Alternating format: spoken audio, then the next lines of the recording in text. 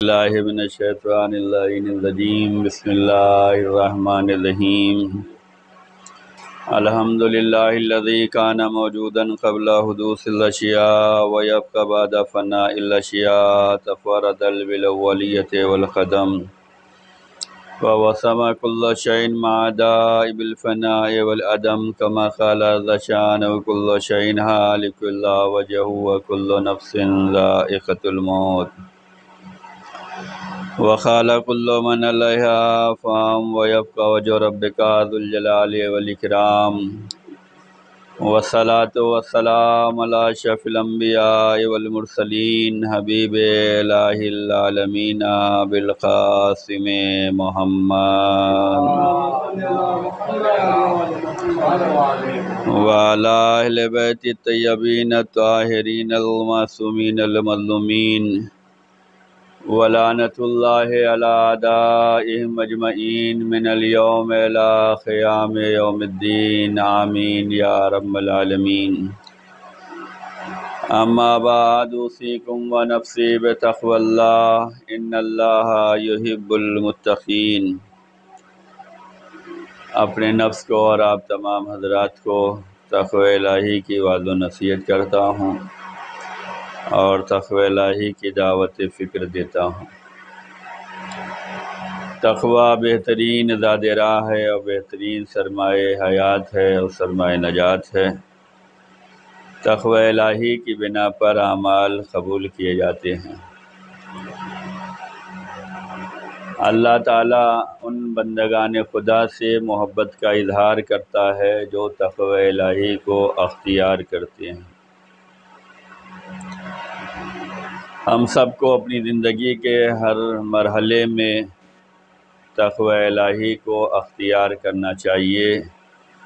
تقوی الہی ہونے کی وجہ سے اعمال خوبصورت ہوتے ہیں اور قابل قبول ہوتے ہیں، اور انسان وہ کام حوصلے سے کرتا ہے اور جذبہ ایمانی کے ساتھ کرتا ہے۔ تقوی الہی کا مطلب یہ ہے کہ خدا کے لیے کرنا ہے، نیت جو ہے وہ خدا کے لیے ہو۔ ہمارا کوئی بھی کام ہو، چاہے چھوٹا ہو یا بڑا ہو، اس میں خدا کو مد نظر رکھنا چاہیے۔ اگر ہم گھروں میں اپنے شب جمعہ یا روز جمعہ یا کوئی بھی دن نظر دلا رہے ہیں، تو اگر اس میں تقوی الہی ہے تو ہماری مختصر سی بھی نظر جو ہے وہ قابل قبول ہے، اور نظر و نیاز انسان کو کرنا چاہیے۔ اس سے محبت کا اظہار ہوتا ہے، جذبہ ایمانی میں اضافہ ہوتا ہے، انسان اندر سے مطمئن رہتا ہے کہ ہم اہل بیت سے قریب ہیں اور اہل بیت کی یاد ہمارے دلوں میں ہے۔ یہ جو بھی نظر و نیاز کرایا جاتا ہے، چاہے ائمہ معصومین کی ولادت کے موقع پر ہو یا ان کی شہادت کے موقع پر ہو یا کبھی بھی اپنے مرحومین کے لیے، یہ کیوں؟ تاکہ یاد وابستہ ہے۔ ہم اپنے مرحومین کو اگر فاتحہ بھی دیتے ہیں تو کیوں؟ یاد آئی ہے، ان کو یاد کیا ہے۔ ایسے ہی اہل بیت اطہار علیہم السلام سے محبت کا اظہار تو کرتے ہیں، لیکن اگر ہم ان کے لیے نظر و نیاز کریں، ان کے لیے محفل کریں، ان کے لیے جشن کریں، مجلس کا اہتمام کریں، تو یہ کیا ہے؟ محبت کا اظہار ہوتا ہے۔ یہ وہ چیزیں ہیں کہ اگر تقوی الہی کے زیر سایہ ہیں تو مختصر ہونے کے بعد بھی انسان خوبصورتی سے اسے انجام دیتا ہے اور اخلاق کے مظاہرے کے ساتھ لوگوں کو دعوت دیتا ہے، اور تمنا کرتا ہے کہ برادران ایمانی اور برادران مومن جو ہیں وہ حاضر ہوں اور آئیں، تاکہ ہمارے گھروں کی زینت بنے، ہمارے گھروں میں خیر و برکت کا سبب بنے، ہمارے گھروں میں جو ہے رحمت الہی کا نزول ہو، ہمارے گھروں میں یاد امام ہو، یاد اہل بیت اطہار ہو۔ تو تقوی الہی اگر ہے تو مختصر سا ہی کیوں نہ ہو، تقوی الہی کے زیر سایہ ہو، تو یہ مختصر سا بھی پروگرام کامیاب پروگرام ہوتا ہے، اور انسان جو ہے مطمئن ہو کر انجام دیتا ہے کہ ہم نے اللہ کے لیے کیا ہے، اللہ اسے قبول کرے گا۔ تو تقوی الہی کے جو ہے بہت سے فائدے ہیں۔ انہیں تقوی الہی میں ایک چیز یہ ہوتی ہے کہ اگر انسان کے اندر تقوی ہوتا ہے تو انسان اپنے ہر کام کو ظاہر نہیں کرتا ہے۔ بعض جگہوں پہ کام کو ظاہر کرنا چاہیے اور بعض جگہوں پر اپنے کاموں کو چھپانا چاہیے۔ بعض جگہوں پر انسان اپنے کام کو ظاہر اس لیے کرے تاکہ دوسروں کو بھی حوصلہ ملے، دوسروں کو بھی شوق ملے، جیسے یہاں پہ نماز جمعہ کا قیام کہ ہر بندے مومن اپنے اپنے گھروں میں کرتا ہے، کیوں؟ اس سے ایک دوسرے کا حوصلہ ملتا ہے۔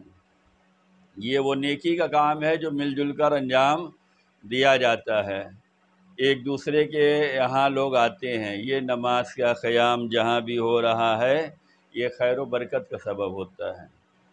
وہاں پہ نماز برپا ہوتی ہے، وہاں پر ذکر اہل بیت ہوتا ہے، ذکر خدا ہوتا ہے، یاد الہی ہوتی ہے۔ تو یہ وہ کام ہے جو ظاہر پہ کرنا چاہیے، اس کو اظہار کرنا چاہیے، اس کا اعلان کرنا چاہیے تاکہ لوگوں کو شوق ہو، لوگ آگے بڑھیں اور وہ بھی ساتھ دیں۔ لیکن کچھ چیزیں جو ہے چھپا کر کرنی چاہیے، اس کا اعلان نہیں کرنا چاہیے۔ کسی کی نیکی کر رہے ہیں، کسی کی مدد کر رہے ہیں، کسی یتیم کی مدد کر رہے ہیں، کسی غریب کی مدد کر رہے ہیں، کسی بیوہ کی مدد کر رہے ہیں، تو یہ وہ نیکیاں ہیں جس میں چھپانا زیادہ بہتر ہے۔ یہ نہ ہو کہ ہم اعلان کرتے چلیں کہ ہم نے فلاں کی مدد کی ہے، ہم نے اتنی مدد کی ہے اور یہ کیا ہے۔ ہاں، اس کا اظہار اس طریقے سے کر سکتے ہیں کہ بھائی ایک ہے، آپ بھی شریک ہو سکتے ہیں، اس کا بھی ذرا خیال رکھیں تاکہ لوگ آئیں۔ لیکن یہ نہ ہو کہ ہم نے اتنی مدد کر دی ہے، ہم تو اتنے زمانے سے کرتے آ رہے ہیں، تو یہ چیزیں جو ہیں چھپا کر ہونا چاہیے۔ کیوں؟ حضرت امام علی رضا علیہ السلام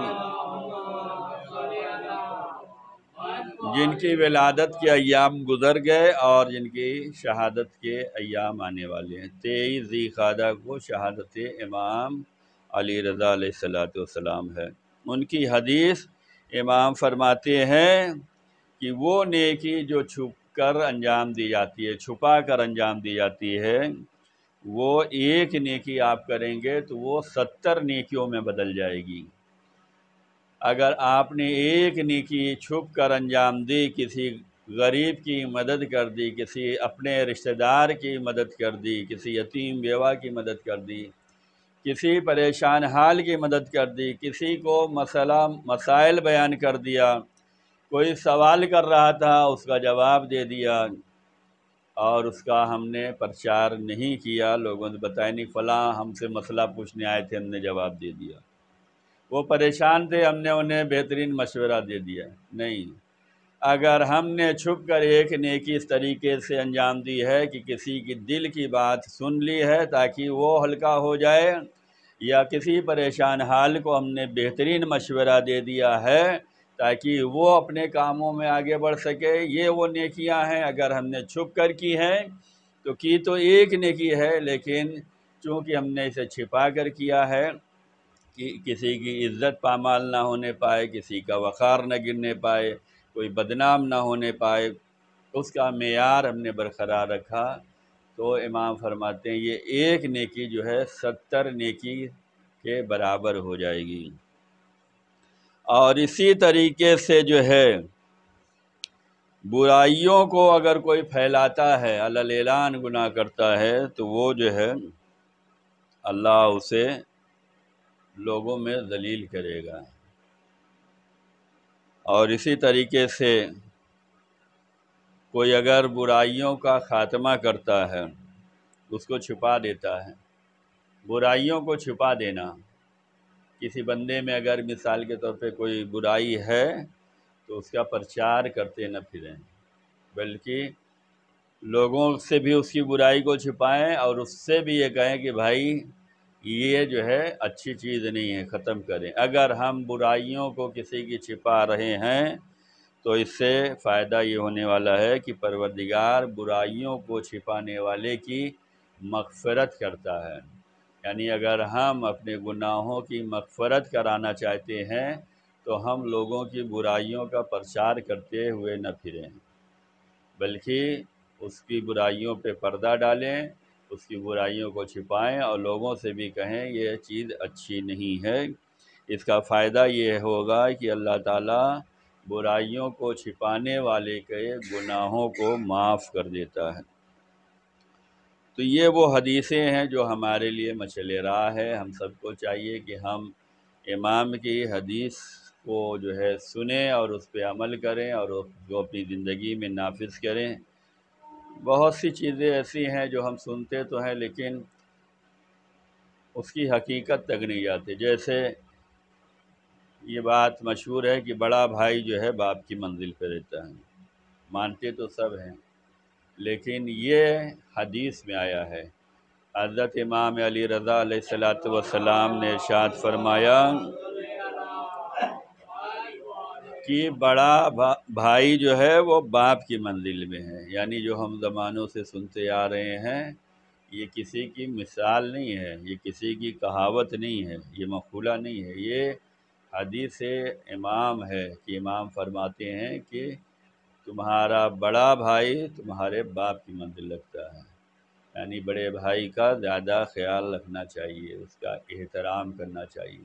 اور یہی وجہ ہے کہ باپ کے سارے اعمال جو ہے بیٹے کے ذمے، بڑے بیٹے کے ذمے آتا ہے۔ مثال کے طور پر اگر ہمارے باپ نماز ان کی چھوٹ گئی ہے، ان کا روزہ چھوٹ گیا ہے، ان کا حج چھوٹ گیا ہے، یہ نماز روزہ مطلب یوں نہیں کہ وہ پڑھتے ہی نہیں تھے پوری زندگی، وہ نہیں، بلکہ نمازی روزے دار تھے لیکن بیماریوں کی وجہ سے چھوٹ گئے ہوں۔ جبکہ نماز کا معاملہ ایسا ہے کہ اللہ تعالیٰ نے جو ہے نماز کو واجب کیا ہے اور ہر حال میں واجب کیا ہے۔ اگر آپ اپنے وطن میں ہیں تو 4 پڑھیں، سفر میں ہیں تو 2 پڑھیں، یعنی خیال رکھا ہے لیکن نماز جو ہے ساقط نہیں کیا ہے، نماز معاف نہیں کی ہے۔ تم ظاہر سی بات ہے سفر کر رہے ہو، تھکاوٹ ہوگی، تکلیف ہوگی، تو اس میں 4 کو 2 کر دیا ہے، لیکن نماز پڑھنا واجب ہے، ساقط نہیں کیا۔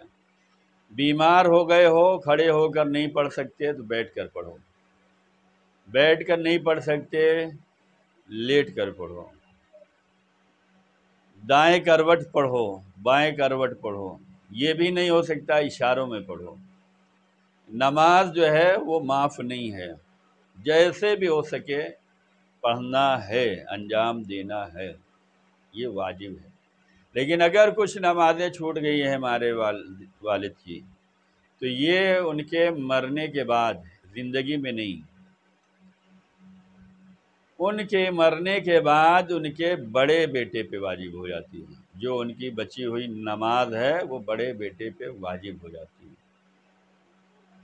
بڑے بیٹے کو اسے انجام دینا ہے، اور اگر وہ انجام نہیں دے سکتا تو فقہ کی اصطلاح میں بولتے ہیں نماز اجارہ، وہ بیٹا اپنے باپ کی قضا نمازوں کو جو ہے کسی بھی بندہ مومن کو پیسہ دے کر ان کی طرف سے وہ نماز پڑھوائے گا۔ اس نماز کو نماز اجارہ بولتے ہیں، یعنی پیسے پہ پڑھی جانے والی نماز۔ واجب تو بڑے بیٹے پہ ہے لیکن اگر وہ نہیں پڑھ پا رہا ہے تو وہ پڑھوائے۔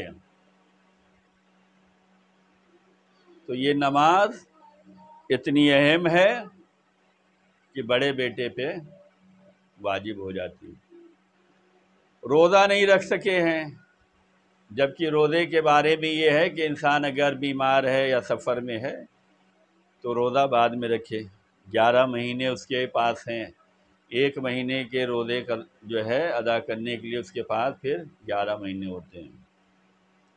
اگر وہ پورے سال بیمار رہا تو اسے جو ہے ہر روزے کے بدلے جو ہے فدیہ دینا ہوگا۔ لیکن اگر بیمار نہیں ہے اور کوئی اور مجبوری ہے، چھوٹ گیا، ادا نہیں کر سکا ہے، تو پھر اسے بھی ادا کروانا ہوگا۔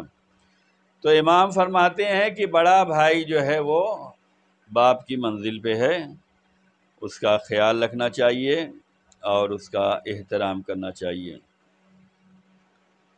پھر امام کی حدیث کہ اللہ تعالیٰ جو ہے کن چیزوں کو ناپسند کرتا ہے، ہمیں ہر ایک کی پسند اور ناپسند کا خیال رہتا ہے۔ ہمارے یہاں مہمان آنے والے ہوں تو ہم اس کی پسند اور ناپسند کا خیال کرتے ہیں، کیا پسند ہے کیا نہیں پسند ہے۔ امام کی شہادت کی تاریخ آنے والی ہے 23 ذی القعدہ، آج 19 ذی القعدہ ہے،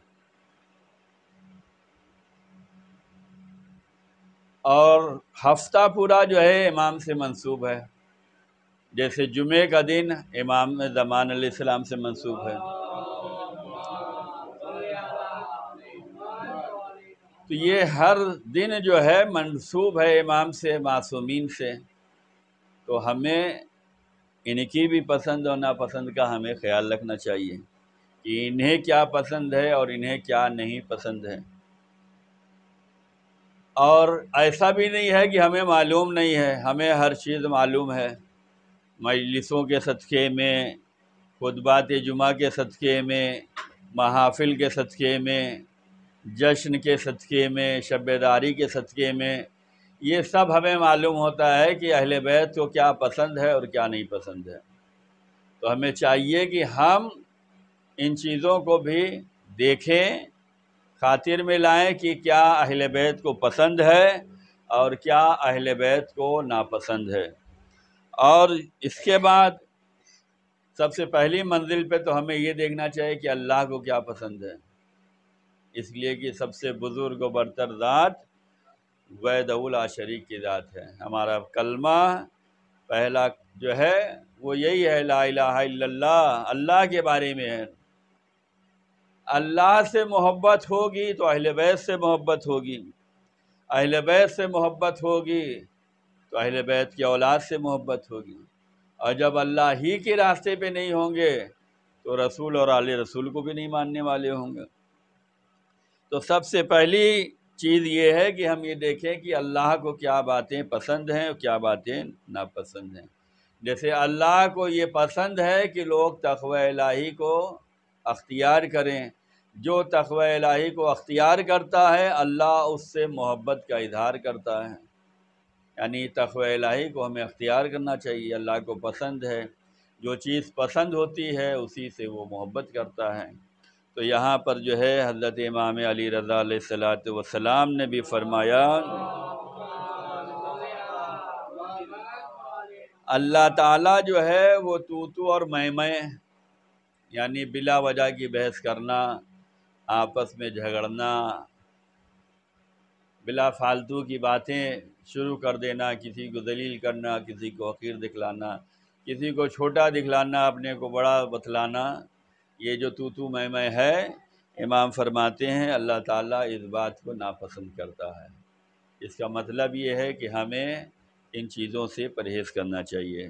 یہ تو میں سے ہی جو ہے لڑائی جھگڑے شروع ہو جاتے ہیں، اور پھر اختتام کہاں ہوتے ہیں وہ کرنے والے جانتے ہیں۔ تو اللہ تعالیٰ اس بات کو ناپسند کرتا ہے کہ لوگ فالتو کی بحث کریں، بلا وجہ کی بحث کریں، بے فائدہ عبث باتیں کریں۔ دوسری چیز جو ہے امام فرماتے ہیں کہ مال کی بربادی کو جو ہے اللہ تعالیٰ ناپسند کرتا ہے۔ یہ مال جو ہمیں اللہ تعالیٰ نے دیا ہے، جس کی آج انسان کے نگاہ میں بڑی قدر و قیمت ہے، کہ بڑی مشقتوں سے، بڑی زحمتوں سے، بڑی تکلیفوں سے انسان جو ہے آج رزق کو جو ہے تلاش کر رہا ہے۔ امام فرماتے ہیں اللہ تعالیٰ کو یہ بات ناپسند ہے کہ انسان مال کو برباد کر دے۔ جو ہم کما رہے ہیں اس میں ہمارے اہل و عیال کا، ہمارے والدین کا، رشتہ دار کا، سماج کا، اللہ رسول کا اور آل رسول کا حق ہے۔ یہ جو ہم کما رہے ہیں یہ صرف ہمارا ہی نہیں ہے، اس میں سب کے حقوق ہیں اور ان حقوق کو ادا کرو، اسے فالتو برباد نہیں کرنا، اسے بیجا خرچ نہیں کرنا ہے، اور اللہ تعالیٰ نے کہیں زبردستی بھی نہیں کی ہے، بلکہ جتنا تم نے کمایا ہے اسی اعتبار سے اللہ نے جو ہے تم پہ ذمہ داریاں دی ہیں۔ تو امام فرماتے ہیں کہ اللہ کو یہ بات ناپسند ہے کہ انسان مال کو برباد کرے، بلکہ اپنے مال کو جو ہے اس جگہوں پر صرف کرنا چاہیے جہاں پر انسان کو زیادہ ثواب ملنے والا ہے۔ مثال کے طور پر آپ کے اہل و عیال ہیں تو ان پر خرچ کریں، آپ کے والدین ہیں ان کا خیال کریں، اور اس کے بعد اسی میں آپ کوشش کریں کہ اپنے عزیزوں کا، اپنے رشتہ داروں کا خیال رکھیں، اور پھر جو دروازے پہ آ کر مانگنے والے ہیں، فقیر ہیں، مسکین ہیں، ان کو بھی دیں۔ اگر کوئی بندہ دن کو صدقہ دیتا ہے تو اللہ تعالیٰ کے غضب کو وہ جو ہے دور کر دیتا ہے۔ یہ صدقہ ہمارا جہاں ہمیں 70 بلاؤں سے محفوظ کرتا ہے، وہیں غضب الہی سے بھی ہمیں محفوظ کرتا ہے۔ یہ صدقہ جو ہمارا ہوتا ہے یہ غضب پروردگار کو جو ہے ختم کر دیتا ہے۔ تو ہمیں صدقہ دینا چاہیے، اور خاص طور سے رات کو تو کسی سائل کو واپس نہیں کرنا چاہیے، جو بھی ہو کچھ نہ کچھ اسے دے دینا چاہیے۔ اور رات کے وقت کے سائل تو کھانے کے لیے زیادہ آتے ہیں، سائل کو جو ہے کبھی مایوس نہ کریں، انہیں دھتکاریں نہیں، انہیں جھڑکیں نہیں، ان کو جو ہے نرم لہجے میں کچھ دے دیں، اگر نہیں دے سکتے تو نرم لہجہ اختیار کریں۔ وَأَمَّا السَّائِلَ فَلَا تَقْهَرْ، جناب یعقوب نبی ہیں، ان کے سب سے عزیز ترین فرزند جناب یوسف ہیں۔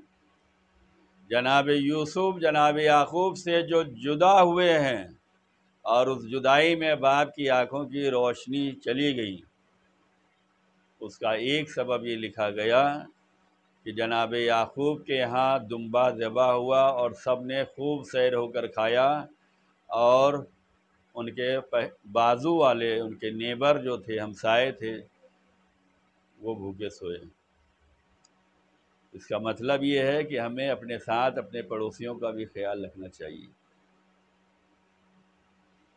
جناب یعقوب کے یہاں بکرا ذبح ہوا، سب کھا کے سیر ہو گئے، ہمسایہ جو ہے وہ بیچارہ بھوکا سو گیا۔ یہی ایک سبب ہے، بہت سے ہوں گے سبب، لیکن ایک یہ بھی سبب ہے کہ اللہ تعالیٰ نے جناب یعقوب کا امتحان لیا، اور ان کے چہیتے بیٹے جناب یوسف ان کی نظروں سے دور ہو گئے، اور اتنا دور ہوئے کہ جناب یعقوب اپنے فرزند کو یاد کرتے ہوئے اتنا روتے تھے کہ آنکھوں کی بینائی بھی چلی گئی۔ تو یہ مال کی بربادی جو ہے یہ بھی اللہ تعالیٰ کو ناپسند ہے۔ اور تیسری چیز جو اللہ تعالیٰ کو ناپسند ہے، جس کو امام نے بیان فرمایا ہے، وہ زیادہ سوال و جواب کرنا۔ ہم اپنے دل کو مطمئن کریں، ہم اپنے فکر کو مطمئن کریں۔ بعض دفعہ ہوتا ہے کہ انسان پریشان کرنے کے لیے سوال کرتے ہیں، سوال پہ سوال، سوال پہ سوال کرتے رہتے ہیں، اور بعد میں مزہ لیتے ہیں کہ آج تو ہم نے خوب سوال کر ڈالا، جواب نہیں تھا۔ نہیں، سوال و جواب زیادہ نہ کریں، اتنا کریں کہ آپ مطمئن ہو جائیں۔ کسی کا مذاق اڑانے کے لیے، کسی کے علم کی جانچ کرنے کے لیے، کسی کو ذلیل کرنے کے لیے، اپنی شان بگاڑنے کے لیے زیادہ سوال و جواب نہ کریں، اللہ ناپسند کرتا ہے۔ سوال کرو علم حاصل کرنے کے لیے، اپنی جہالت مٹانے کے لیے سوال کیے جائیں، سوال کرنے سے علم میں اضافہ ہوتا ہے، لیکن سوال پہ سوال کرنا یہ بتلاتا ہے کہ ہم یا تو سمجھنے کے لیے تیار نہیں ہیں، یا تو ہم ذلیل کرنے پہ ڈٹے ہیں کہ دیکھتے کہاں یہ آ کر اینڈ کرتے کہ ہمیں نہیں معلوم۔ تو یہ امام نے فرمایا کہ اللہ تعالیٰ نے 3 چیزیں ایسی بیان کی ہیں جس میں فرمایا ہے کہ اللہ ناپسند کرتا ہے۔ تو جب ہمیں معلوم ہے کہ اللہ اس بات کو ناپسند کرتا ہے تو ہمیں ان چیزوں سے پرہیز کرنے کی ضرورت ہے۔ خدا ہم سب کو اہل بیت کی راہ پہ ثابت قدم رکھے اور اطاعت خدا رسول بجا لانے کی توفیق عنایت فرمائے۔ پروردگار ہم سب کی حاضری کو قبول فرمائے، ہم سب کے آنے کو قبول کرے، ہماری نماز کو قبول کرے۔ پروردگار ہم سب کی روزی روزگار میں برکت عنایت فرمائے۔ پروردگار جہاں جہاں شیعان ہدایت کردار ہیں، محبان اہل بیت ہیں، عزادار ہیں، ان سب کی جان مال عزت آبرو کی حفاظت فرما۔ ہم سب کو تمام آفات و بلیات و سماوی و جسمانی سے محفوظ فرما۔ پروردگار ہم سب کو در اہل بیت پہ ثابت قدمی عنایت فرما۔ بسم اللہ الرحمن الرحیم۔ انا احسن الحدیث و ابلغ الموعظہ کتاب اللہ۔ اعوذ باللہ من الشیطان الرجیم۔ بسم اللہ الرحمن الرحیم۔ والعصر ان الانسان لفی خسر الا الذین آمنوا وعملوا الصالحات وتواصوا بالحق وتواصوا بالصبر۔ اللہم صل۔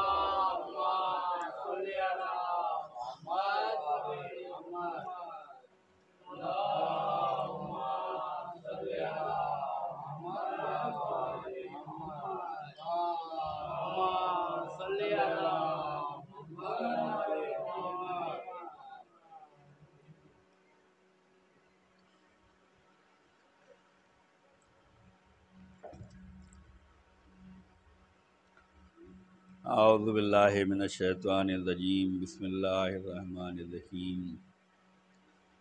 الحمد للہ الذی لا الہ الا هو الحلیم الکریم غافر الذنب قابل التوب وهو الغفور الرحیم۔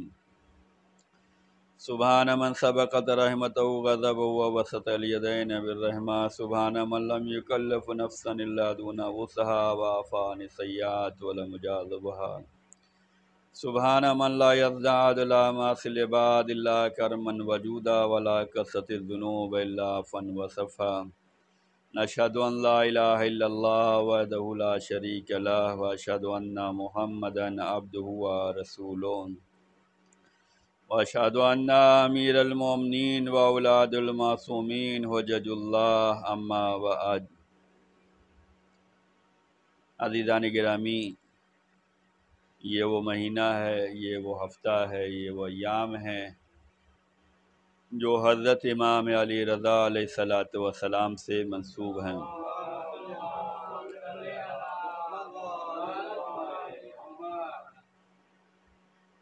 امام جن کا روضہ مشہد المقدس میں ہے، جس کو خراسان بھی کہتے ہیں، یہاں کی زیارت کا بہت زیادہ ثواب بیان کیا گیا ہے۔ اور اگر ہم دیکھیں تو ہم روزانہ 8ویں امام کی زیارت پڑھتے ہیں۔ یوں تو ہمیں 14 معصومین کی زیارت پڑھنا چاہیے، لیکن روزانہ جو ہم زیارت پڑھتے ہیں اس میں مولا حسین کی زیارت اور مولا امام علی رضا علیہ السلام کی اور مولا امام جمال صاحب کی زیارت ہے، جبکہ ہمیں کوشش کرنی چاہیے کہ ہم سب کی زیارت پڑھیں، 14 معصومین کی زیارت پڑھیں۔ تو امام علی رضا علیہ السلام کی زیارت ہم روزانہ پڑھتے ہیں۔ یہ زیارت کا اتنا زیادہ ثواب بیان کیا گیا ہے کہ چھٹے امام حضرت امام جعفر صادق علیہ السلام نے ارشاد فرمایا کہ میرا ایک پوتا خراسان کے ایک طوس نامی شہر میں شہید کیا جائے گا، جو معرفت کے ساتھ اس کی زیارت کرے گا تو قیامت کے دن میں اس کے ہاتھ کو پکڑ کر بہشت میں اسے داخل کروں گا۔ چھٹے امام نے 8ویں امام کے بارے میں یہ فرمایا ہے کہ امام میرا ایک پوتا شہر طوس میں شہید کیا جائے گا، جو اس کی معرفت کے ساتھ زیارت کرے گا، چھٹے امام فرماتے ہیں میں اس کا ہاتھ پکڑ کر اسے بہشت میں داخل کروں گا۔ کتنا زیادہ ثواب ہے کہ امام خود فرما رہے کہ میں اس کا ہاتھ پکڑ کر اسے جنت میں لے جاؤں گا جو زیارت کرے۔ کیسی زیارت؟ معرفت والی۔ راوی نے سوال کیا مولا یہ معرفت کیا ہے؟ ثواب یہ ہے کہ مولا اسے جنت میں داخل کریں گے، اور ثواب یہ ہے کہ اس کے دنیا میں چاہے جتنے گناہ ہوں، دیکھیں زیارت کرنے کے جو فائدے بیان کیے گئے ہیں ان میں ایک فائدہ یہ ہے کہ گناہ بخش دیے جاتے ہیں۔ کوشش کرنی چاہیے کہ ہم جو ہے زیارتوں پہ جائیں، ادھر ادھر پکنک منانے سے اچھا ہے کہ انسان اپنے اندر اپنے گھر میں اسلامی ماحول کو رائج کرے، اسلامی ماحول بنائے، اس لیے کہ یہی سکون دے گا اور یہی کامیابی دے گا، یہی برکتوں کا سبب ہوگا، یہی خوشحالی کا سبب ہوگا، یہی صحت یابی کا سبب ہوگا۔ 8ویں امام کی بارگاہ میں ایک حصہ مخصوص ہے جو شفا خانے کے نام سے منسوب ہے۔ دنیا میں انسان علاج کراتے ہیں، کامیابی نہیں ہوتی، وہ 8ویں امام کے روضے پہ جاتے ہیں۔ ایک حصہ جو ہے وہ بیماروں کے لیے ہے، وہاں پر وہ اپنے کو روضے سے مس کرتے ہیں، امام سے دعا مناجات کرتے ہیں، اسے شفا خانہ بولتے ہیں، وہاں انسان کو شفا ملتی ہے۔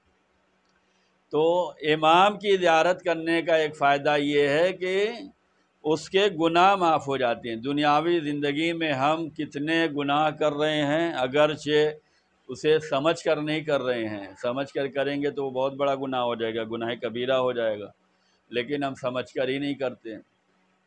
بہت سے گناہ ہیں زندگی میں جو انسان تلاش کر سکتا ہے۔ تو زیارت کا ایک فائدہ یہ ہے کہ اس کے تمام گناہ جو ہے پروردگار عالم معاف کر دیتا ہے۔ راوی نے پوچھا مولا یہ معرفت کے ساتھ زیارت کرنے کا کیا مطلب ہے؟ امام نے فرمایا کہ میں قربان ہو جاؤں، حق کے امام کی معرفت یہ ہے کہ انسان یہ جان لے کہ امام کی اطاعت واجب ہے، یعنی امام جو کچھ فرماتے ہیں وہ ہمیں ماننا ہی ماننا ہے، اس پہ ہم اپنا مشورہ، اپنی رائے، اپنی اوپینین نہیں کر سکتے۔ اطاعت امام واجب ہے، جو امام کہیں گے ہمیں واجب ہے ماننا۔ اور یہ کہ امام شہید ہوئے ہیں، بعض لوگوں نے جو ہے یہ بھی کہا کہ انہیں تو کوئی شہید ہی نہیں کر سکتا، بہت سے امام کے بارے میں ایسا ہے کہ ان کو کون شہید کر سکتا ہے، یعنی آپ کے ایک کہنے سے پھر مطلب یہ ہو جائے گا کہ امام زندہ ہیں، امام شہید ہی نہیں ہوئے۔ اگر یہ شہید نہیں ہوئے تو پھر ساری تاریخ ہی بدل جائے گی، یزید نے کس پہ ظلم کیا، شبر نے کس کو شہید کیا، تو اپنی بات نہیں۔ امام کی معرفت یہ ہے، چھٹے امام نے فرمایا کہ امام کی معرفت یہ ہے کہ امام کی اطاعت کو اپنے اوپر واجب سمجھو کہ یہ واجب ہے۔ دوسرا یہ کہ امام جو ہے وہ شہید ہوئے ہیں، اور اس دو عقیدوں کے ساتھ جو بھی زیارت کے لیے جائے گا تو خداوند عالم اسے 70,000 شہداء کا ثواب عطا فرمائے گا، اور یہ شہداء وہ ہوں گے جو رسول خدا کے ساتھ کے لشکر میں شامل ہو کر شہید ہوئے ہوں، یعنی کہ معرفت امام ہو یا زیارت امام ہو یا محبت امام ہو، یہ وہ چیزیں ہیں جو زیادہ ثواب رکھتی ہیں۔ رسول اللہ کے ساتھ جو لوگ شہید ہوئے ہیں ایک کو ایک ہی ثواب ملنے والا ہے، لیکن اس زمانے میں ہم اور آپ امام کی اطاعت کو اپنے اوپر واجب سمجھیں، امام کو شہید سمجھیں کہ امام شہید ہوئے ہیں، اور ان کی زیارت کو جائیں، 8ویں امام کی زیارت کو اگر جاتے ہیں تو ہمیں ایک شہید کا ثواب نہیں بلکہ 70,000 شہداء کا مرتبہ عطا ہونے والا ہے۔ اس کا مطلب یہ ہے کی زیارت کرنا آسان کام نہیں ہے۔ ظاہر سی بات ہے آج کے زمانے میں انسان اگر دیکھے زیارت کے لیے کم سے کم ایک ہفتہ تو نکالے گا ہی، اور انسان ایک ہفتہ کیا نکال پائے گا جب وہ نماز جمعہ میں نہیں آ پا رہا، ایک دن نہیں نکال پا رہا ہے، ایک دن نہیں نکال پا رہا ہے تو وہ زیارت کے لیے کیا جائے گا؟ اس کا مطلب ہے کہ جب زیارت کے لیے وہ جائے گا تو کتنی قربانیاں دینی ہوں گی، گھر والوں کو کے کھانے پینے کا انتظام، والدین کا انتظام، اپنے سفر کا انتظام، سارے اخراجات، وہ سب بینک بیلنس جو ہے سب ادھر ادھر ہو جاتا ہے۔ تو یہ جو بھی جائے گا تو اس کے اندر جذبہ ایمانی ہوگا، محبت ہوگی، اس کے نگاہ میں امام کی زیارت کا ثواب ہوگا، تبھی تو وہ نکلے گا۔ تو اسے اگر کوئی 8ویں امام کی زیارت کر رہا ہے تو چھٹے امام فرماتے ہیں اسے 70,000 شہداء جو رسول اللہ کے ساتھ لشکر میں رہ کے شہید ہوئے ہیں اس کا ثواب ملنے والا ہے۔ اور چھٹے امام فرماتے ہیں میں اسے ہاتھ پکڑ کر جنت میں داخل کروں گا۔ تو عزیزان گرامی یہ بہت زیادہ ثواب رکھتا ہے، ہمیں چاہیے کہ ہم اس جانب متوجہ ہوں کہ امام کی یاد میں زندگی گزاریں اور تقوی الہی کے زیر سایہ زندگی گزاریں۔ ہم اپنی تمام مصروفیات میں اللہ کے لیے وقت نکال لیں تو ساری زندگی کامیاب زندگی گزر جائے گی، ہر جگہ فتح یابی ہوگی، ہر جگہ عزت ہوگی، ہر جگہ خوشحالی ہوگی۔ اگر خدا رسول کے لیے ہی وقت نہیں نکل پائے تو محنت کرتے رہو، تڑپتے رہو، وہ برکت نہیں آنے والی ہے۔ تو ہمیں چاہیے کہ ہم جہاں بھی رہیں یاد خدا کے ساتھ رہیں، یاد رسول اور آل رسول کے ساتھ رہیں۔ خدا ہم کو اس در پہ ثابت قدم رکھے۔ بسم اللہ الرحمن الرحیم، ان اللہ و ملائکتہ یصلون علی النبی یا ایھا الذین آمنوا صلوا علیہ وسلموا تسلیما۔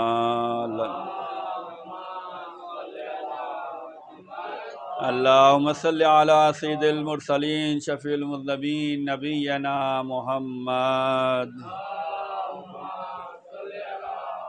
اللہم صل علی سید الوصین امیر المومنین علی ابن ابی طالب۔ اللہم صل علی سیدۃ نساء العالمین فاطمہ بنت رسول اللہ۔ اللہم صل علی الحسن ابن علی مجتبی۔ اللہم صل علی الحسین ابن علی شہید کربلا۔ اللہم صل علی علی ابن الحسین زین العابدین۔ اللہم صل علی موسیٰ ابن محمد ابن علی باخر النبیین۔ اللہم صل علی جعفر ابن محمد الصادق۔ اللہم صل علی موسیٰ ابن جعفر الکاظم۔ اللہم صل علی علی ابن موسیٰ الرضا۔ اللہم صل علی محمد ابن علی تقی الجواد۔ اللہم صل علی علی ابن محمد ہاد النقی۔ اللہم صل علی الحسن ابن علی الذکی العسکری۔ اللہم صل علی مولانا صاحب العصر والزمان الحجۃ ابن الحسن القائم المہدی۔ صلواتک علیہ وعلی آبائہ فی ہذہ الساعۃ وفی کل ساعۃ ولیا وحافظا وقائدا وناصرا ودلیلا وعینا حتی تسکنہ ارضک طوعا وتمتعہ فیہا طویلا۔ اللہم صل علی پروردگار ہم سب کی حاضری کو قبول فرما، ہم سب کے نمازوں کو قبول فرما، ہم سب کی دعاؤں کو قبول فرما، جو بیمار ہیں انہیں صحت و سلامتی اور شفاء کاملہ اور عاجلہ نصیب فرما، جو پریشان حال ہیں ان کی پریشانیوں کو دور فرما، ہم سب کے روزی روزگار میں برکت عنایت فرما، ظہور امام میں تعجیل فرما، ہم سب کو امام کے خادم و ناصروں میں شمار فرما۔ بسم اللہ الرحمن الرحیم، انا اعطیناک الکوثر فصل لربک وانحر، ان شانئک ھو الابتر۔